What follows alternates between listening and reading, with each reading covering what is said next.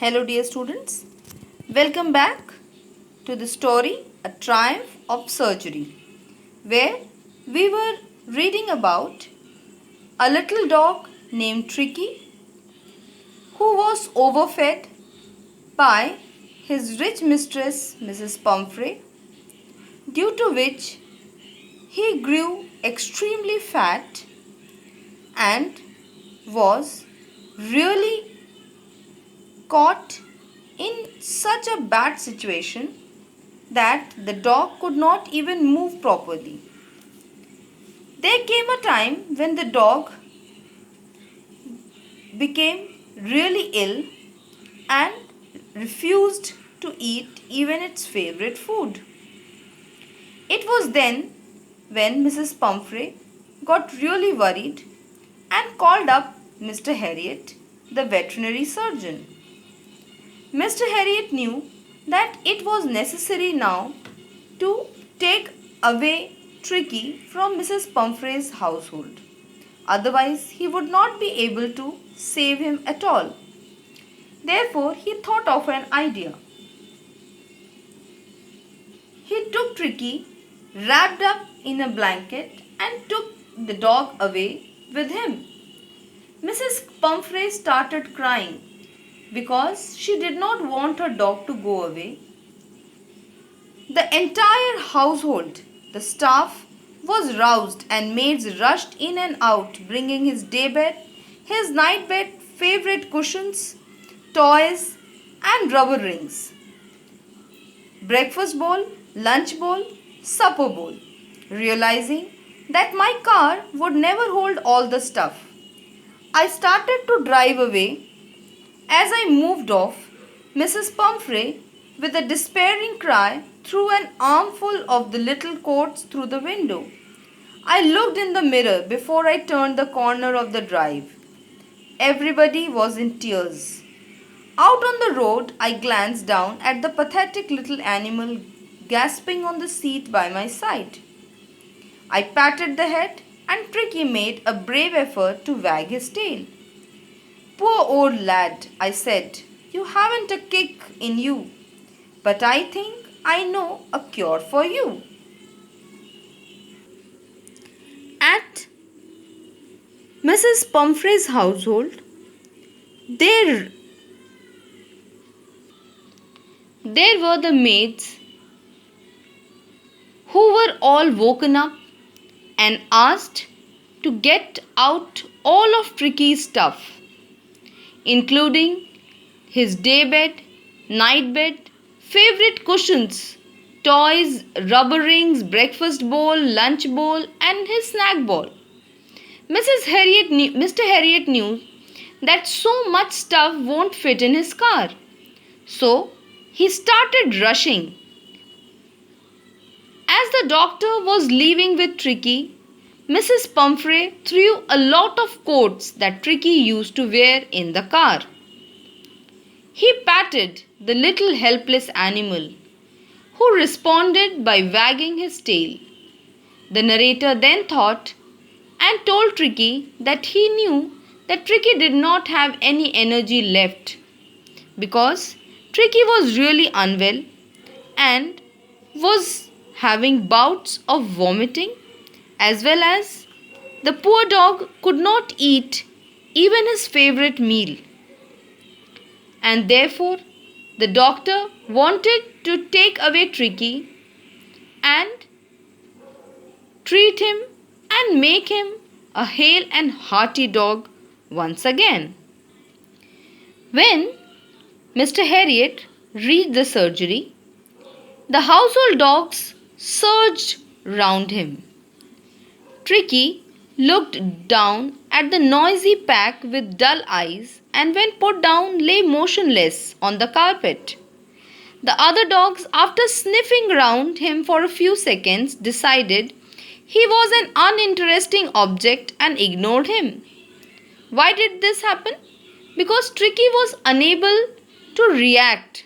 The dog was unable to move because of the weight that the dog had put on, and at the same time The dog was not feeling well. Therefore, the other dogs at the surgery felt that Tricky was a really boring creature. When they sniffed at him, he did not react. I made up a bed for him in a warm, loose box next to the one where the other dogs slept. For 2 days, I kept an eye on him, giving him no food but plenty of water. Now, we can see that Mr. Harriet, being a veterinary doctor, was really aware that what all he should have done in order to treat Tricky and make him well and lively all over again. The doctor took great care of Tricky by keeping a close look at him and provided Tricky lot of water instead of food. At the end of the second day, he started to show some interest in his surroundings, and on the third, he began to whimper when he heard the dogs in the yard.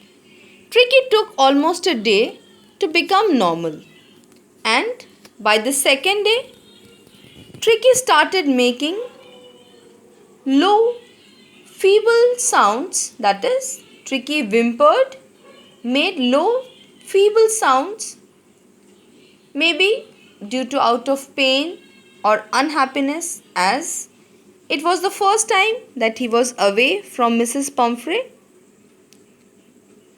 And on the third day, Tricky began to whimper, and when he heard the dogs in the yard, he started reacting. When I opened the door, Tricky trotted out and was immediately engulfed by Joy, the greyhound, and his friends. Now, as Tricky felt a bit normal, it moved out, although in a moderate speed with short steps. That is, Tricky trotted out